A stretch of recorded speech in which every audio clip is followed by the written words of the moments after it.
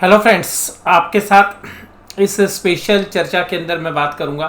आप सभी लोगों को दीपावली की शुभकामनाएं। और आज का ये सेशन आपके लिए जो मैं लेके आया हूं वो स्पेशली आज के केवल ट्रेडिंग डे के लिए है। जो मुहूर्त ट्रेडिंग आज होगी करीबन 6:15 से लेकर 7:15 के बीच में, तो उसके लिए ये मैं विशेष चर्चा आपके साथ करने जा रहा हूँ। हमारे बाज़ार किस तरीके के रहे। दीपावली से पहले हम लोग एक नए हाई लगा चुके थे, लेकिन दीपावली से कुछ दिन पहले ही यानी कि करीबन 15-20 दिन पहले करेक्शन जो है शुरू हुई। नवरात्रों तक हम बहुत अच्छी तेज़ी के अंदर थे। नवरात्रि जैसे ही समाप्त हुए और दशहरा मनाया, उसके बाद हम थोड़ा सा करेक्ट होना शुरू हुए। तो इस तरीके से हम बाज़ार के अंदर पिछले दीपावली से इस दीपावली तक बहुत ही बेहद रिटर्न्स के साथ रहे, और उम्मीद करता हूँ कि आप लोगों ने भी बहुत अच्छा पैसा जो है इस दौरान कमाया होगा। तो ये तो था निवेशकों के माध्यम से, और ट्रेडिंग के अंदर भी काफ़ी अच्छी अपॉर्चुनिटीज़ जो है मिली, क्योंकि बाज़ार एक साइडवेज चलने के बजाय एक सीधा रेंज में चल रहा था। तो ट्रेड हालांकि डिफाइंड थे, लेकिन बहुत सारे लोग ये उम्मीद करते रहे कि बाज़ार गिरेगा। बाज़ार देखिएगा फंडामेंटल्स के बहुत आगे हैं, इस बात से मैं नज़रअंदाज नहीं करूंगा आपको। और आज तो देखिएगा उदय कोटक जी ने, जो कोटक महिंद्रा बैंक के जो चेयरमैन और एमडी हैं, उन्होंने भी एक सबसे अच्छी बात बोली कि देखिएगा कि इन्वेस्टर्स देखिएगा बाज़ारों में रिटर्न्स तो बनेंगी, लेकिन आपको अलर्ट रहना चाहिए। तो ये निवेशकों के लिए उन्होंने कहा कि जब आप एंजॉय करते हैं रिटर्न्स को, तो साथ साथ बाज़ार के रिस्क को भी आपको झेलना पड़ेगा, उसको मैनेज करना पड़ेगा। तो कुछ लोगों को ऐसा लग रहा होगा कि यार बाज़ार ये पिछले 15 दिन से क्या कर रहा है, हमारी वेल्थ डिस्ट्रॉय होने लग रही है। देखिएगा बाज़ार का पार्ट है, तो इस बात को आपको स्वीकार करना पड़ेगा। तो 12 के 12 महीने एक जैसा मौसम नहीं होता है। गर्मी भी आती है, सर्दी भी आती है, बरसात भी आती है, और कभी कभी जो है विपदाएं भी आती हैं मौसम की वजह से। तो कुल मिलाकर बाज़ार भी उसी तरीके से काम करता है। तो बाज़ार के अंदर अभी वर्तमान स्थिति में क्या स्ट्रेटेजी जो है मुझे लगता है आज के लिए विशेष रूप से, और आगे आने वाले समय के लिए भी। देखिएगा, सबसे पहले एक बहुत बड़े घटनाक्रम की हम बात करते हैं कि जो कि एक बहुत ही पॉजिटिव घटनाक्रम आपको लगता है, वो है कि गवर्नमेंट ने क्रूड ऑयल के प्राइजेस बढ़ने की वजह से जो हमारे यहाँ पे डीजल या पेट्रोल के डोमेस्टिक प्राइजेस थे वो काफ़ी तेज़ी से बढ़े थे। तो उनको न्यूट्रलाइज करने के लिए भारत सरकार ने अपनी एक्साइज ड्यूटी को कम किया है, और एक्साइज ड्यूटी डीजल और पेट्रोल दोनों पर हुई है। तो ये काफ़ी कंफर्ट वाली स्थिति है इन्फ्लेशन के प्रेशर्स के पॉइंट को झेलने के लिए। तो अल्टीमेटली ये जो न्यूज़ है ये काफ़ी पॉजिटिव है। किन के लिए? ऑटोमोबाइल सेक्टर के लिए। उसके अलावा किसके लिए? बैंकों के लिए, क्योंकि अगर ऑटोमोबाइल्स में गाड़ियाँ बिकेंगी तो अल्टीमेटली जो है फाइनेंस भी होंगी। इसके साथ साथ और किसके लिए बेहतर है? बाकी सभी पूरी इंडस्ट्री के लिए बढ़िया है, क्योंकि जो जो क्रूड ऑयल के जो डेरिवेटिव्स हैं उनको यूज़ करते हैं उनसे तो ज़्यादा फर्क पड़ेगा नहीं, लेकिन जो ट्रांसपोर्टेशन पे मार्केटिंग में जो डीजल या पेट्रोल की कॉस्ट आती है वो कहीं ना कहीं बैलेंस शीट के ऊपर, फाइनेंशियल स्टेटमेंट के ऊपर नेगेटिव इम्पैक्ट डालती है। तो वहाँ पर थोड़ा सा रिलीफ हमें सारे ही सेक्टर्स के लिए लगता है। लेकिन दूसरे फ्रंट पर अगर हम देखें तो गवर्नमेंट के पास करीबन 35,000 करोड़ का एक एक्स्ट्रा जो पैकेज आ रहा था वो शायद नहीं आएगा। तो अल्टीमेटली गवर्नमेंट के एंगल से अगर बात करें तो गवर्नमेंट के ऊपर एक बर्डन पड़ता हुआ नज़र आ रहा है। तो फिस्कल डेफिसिट के एंगल से देखें तो वहाँ पर एक तरीके से आपको नेगेटिव लगेगा। लेकिन स्टॉक मार्केट के लिए शॉर्ट टर्म के लिए तो बढ़िया है, और मीडियम टर्म के लिए भी बढ़िया है। आगे चल के इसके कंसिक्वेंस क्या होंगे वो हमें नहीं लगता कि बहुत ज़्यादा गवर्नमेंट के फिस्कल डेफिसिट से बाज़ार में असर पड़ने वाला है। हालांकि बाज़ार का जो ट्रेंड है वो सेल ऑन राइज है, तो मुझे भी आज लगता है कि बाज़ार अच्छे खुलने चाहिए। और इंटरनेशनली भी अगर हम देखें आज तो बाज़ार काफ़ी अच्छे थे। यूएस के जो इंडेक्स हैं वो अपने लाइफ टाइम हाई पे हैं, और जो उनके रेट्स हैं, रेट ऑफ इंटरेस्ट है, वहाँ पे चेंज नहीं हुए। तो उन सब के बावजूद जो उनके अपने प्लान्स थे टेपरिंग के, वो एज इट इज़ जैसे चल रहे थे उसी तरीके से वो रखने वाले हैं। तो जो उनकी पुरानी अनाउंसमेंट थी उसी के हिसाब से काम करने वाले हैं। लेकिन जिस तरीके से बड़े प्लेयर्स ने इंडिया के बाज़ारों में माल बेचा है और जिस तरीके से स्थितियाँ देखने में मिली हैं, मुझे लगता है कि जो सेल ऑन राइज है वो आज भी कारगर रह सकता है। पास्ट में हमने देखा है कि मोहर ट्रेडिंग के अंदर बाज़ार अच्छे खुलते हैं, पॉजिटिव खुलते हैं, फिर जो है 15-20 मिनट काफ़ी अच्छे ऊपर की तरफ जाते हैं, और करीबन अच्छी तेज़ी जो है करीबन 40-45 मिनट रहती है, 50 मिनट तक। और लास्ट के जो 10 से 15 मिनट होते हैं जनरली जिन लोगों ने मोहर ट्रेडिंग के लिए माल खरीदा होता है तो प्रॉफिट बुकिंग करते हैं। जनरली ये स्थिति रहती है, और मुझे आज भी लगता है कि शायद इसी तरीके की स्थिति रहेगी। तो हालांकि बाज़ार वैसे भी कमज़ोरी के साथ हैं, और 17,829 के ऊपर जो है हमारे बाज़ार बंद हुए थे।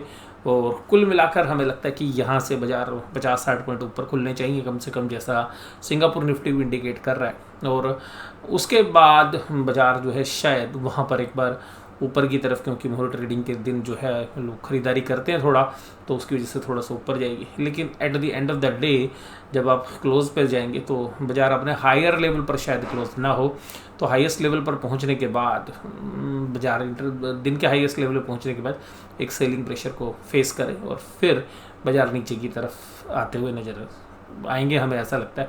और इसी तरीके से जो है मुझे लगता है कि रुझान भी रहना चाहिए। और इसी के साथ साथ अगर हम शेयर की बात करें तो कौन से शेयर्स जो हैं पीछे लाइव लाइट में थे, किन के ऊपर पॉजिटिव असर पड़ सकता है, तो वो मैंने आपके साथ चर्चा की।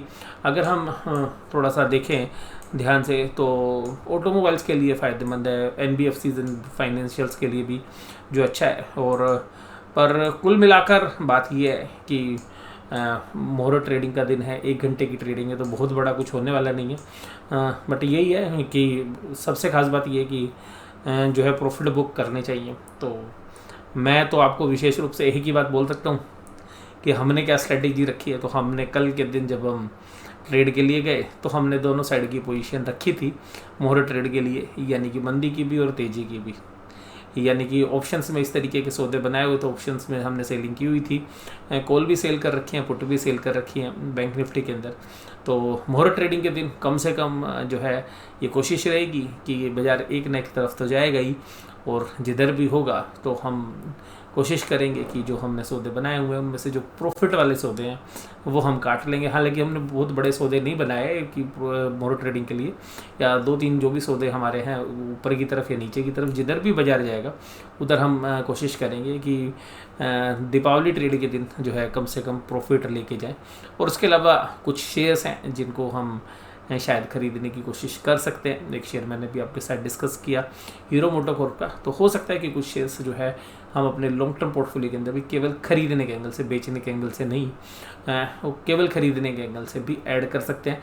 आपको भी जो अच्छे शेयर्स लगते हों और लंबे समय के लिए आप निवेश करना चाहें तो उस तरीके के शेयर्स पर आप भी जो है नज़र बना सकते हैं।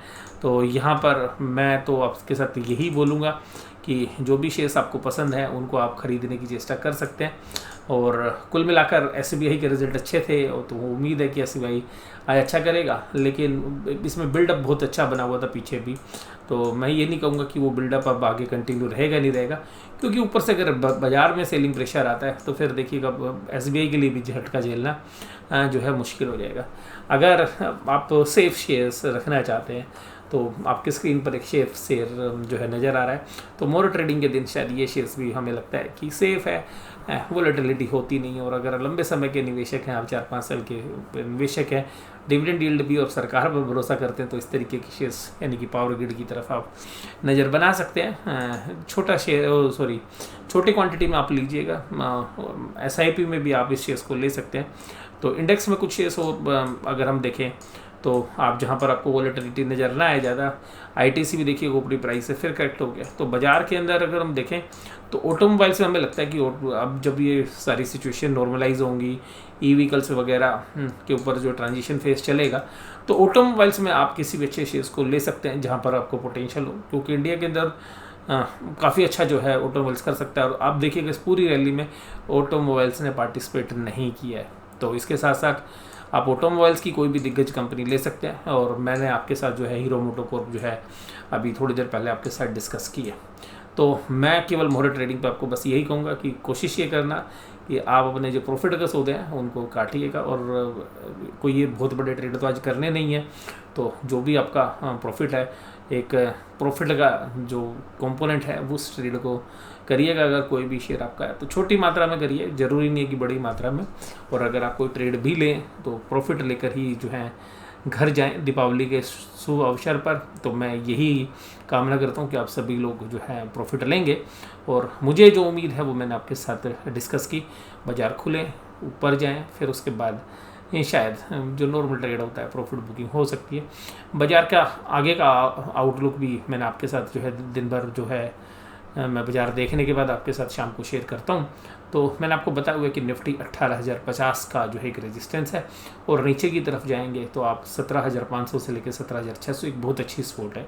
तो ये रेंज जो है शायद अगले हफ्ते भी काम करेगी, और जिस भी रेंज से बाज़ार निफ्टी बाहर जाएगा उधर जो है 300-400 पॉइंट के एक बड़े मूव भी आपको देखने के लिए मिल सकते हैं।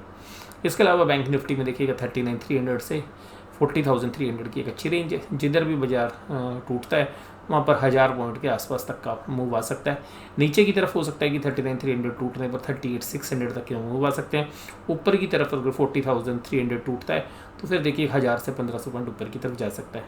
हालांकि मुझे अब ऐसा लगता है कि जो बड़े प्लेयर्स हैं वो अब तेज़ी करने के मूड में नहीं है, और वो जनरली ऊपरी लेवल्स पर माल बेचना ज़्यादा पसंद कर रहे हैं बजाय कि खरीदने के। तो बाज़ार में इससे अच्छा मौका क्या होता है कि जब आप माल बेचना चाहें और आप अच्छे प्रॉफिट में और सामने आपके खरीदार खड़ा हो। तो शायद यही स्ट्रेटेजी जो है बड़े प्लेयर्स आज की डेट में एंजॉय कर रहे हैं। लेकिन लंबे समय के निवेशक ध्यान रखिएगा, अभी भी बहुत सारे शेयर्स आप जब बाज़ार की करेक्शन होंगी तो आपको मिल जाएंगे। और जैसे मैंने आज आपके साथ हीरो मोटोकॉर्प का शेयर बताया, तो देखिएगा हीरो मोटोकॉर्प का जो शेयर मैंने आज आपके साथ डिस्कस किया वो अपने 52 वीक हाई के ऊपर ही क्लोज हुआ है, 52 वीक लो पर ही क्लोज हुआ है। तो वहाँ पर भी जो है हमें लगता है कि ऑटोमोबाइल्स में, हालांकि सभी शेयर्स में तो देखिए 2641 के जो प्राइस हैं हीरो मोटोकॉर्प के हैं, तो ये लगभग जो है 5-7 रुपये की बात छोड़ दीजिए, ये अपने 52 वीक लो पर ही क्लोज हुए हैं। तो मुझे ये शेयर्स इसलिए भी पसंद है, वैल्यूएशन जस्टिफाई है, सेक्टर में देखिएगा इसके बगैर चला नहीं जा सकता।